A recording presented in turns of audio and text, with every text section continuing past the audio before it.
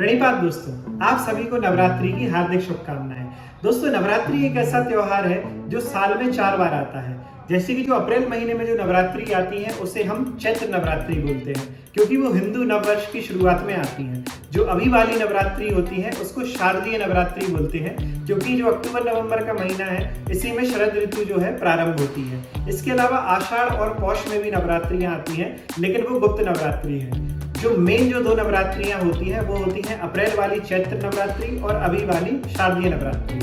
दोस्तों, इन दोनों नवरात्रियों का समय भले ही अलग अलग है, लेकिन इसमें जो कनेक्शन है वो बहुत ही स्ट्रांग है। क्या हुआ कि एक राक्षस था जिसका नाम था महिषासुर। क्योंकि जो उसका सिर था वो बैल के स्ट्रक्चर में था, इसलिए उसको महिषासुर कह के पुकारते थे। उसको एक वरदान था कि जो उसकी मृत्यु है वो किसी स्त्री के द्वारा ही हो सकती है। ना कोई राक्षस उसे मार सकता है, ना ही कोई देवता उसे मार सकता है। तो इस वरदान को पाकर उसने सभी ग्रहों को, स्वर्ग को, पाताल लोक को, मृत्यु लोक को, पृथ्वी लोक को, सबको अपने कब्जे में ले लिया था।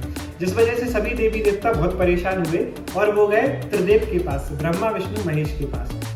तो उन्होंने सजेस्ट किया कि इसकी जो मृत्यु है वो केवल एक स्त्री के द्वारा हो सकती है। तो सभी देवताओं ने आदि शक्ति पार्वती जी का आवाहन किया।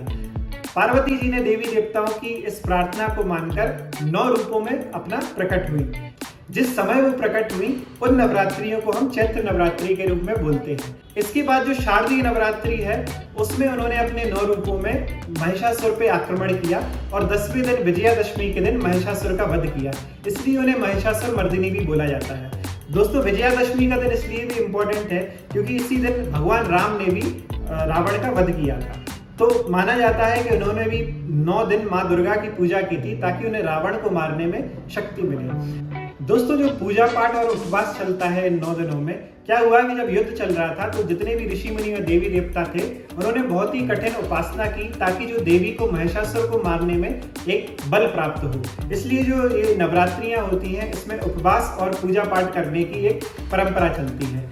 दोस्तों, अगर आप जानना चाहते हैं कि नवरात्रि में नाखून और बाल क्यों नहीं काटे जाते तो आप इस वीडियो को देख सकते हैं। दोस्तों, जो चैत्र नवरात्रि की नवमी होती है वो रामनवमी कही जाती है और शारदीय नवरात्रि की नवमी को महानवमी कहा जाता है। दोस्तों, ये जो त्योहार है वो पूरे भारत में बड़े धूमधाम से मनाया जाता है। जैसे कि साउथ के स्टेट आंध्र प्रदेश, तेलंगाना में इसे उगाड़ी के नाम से मनाया जाता है। महाराष्ट्र में इसको मनाया जाता है गुड़ी पड़व के नाम से और पश्चिम बंगाल में इसे दुर्गा पूजा के नाम से मनाया जाता है। तो दोस्तों, ये है कहानी नवरात्रि से जुड़ी कि नवरात्रि क्यों मनाते हैं। दोस्तों, मिलते हैं अगली वीडियो में कुछ ऐसे ही माइथोलॉजिकल फैक्ट्स के साथ, ओनली ऑन बेसिक विद खंताल। Till then, happy learning.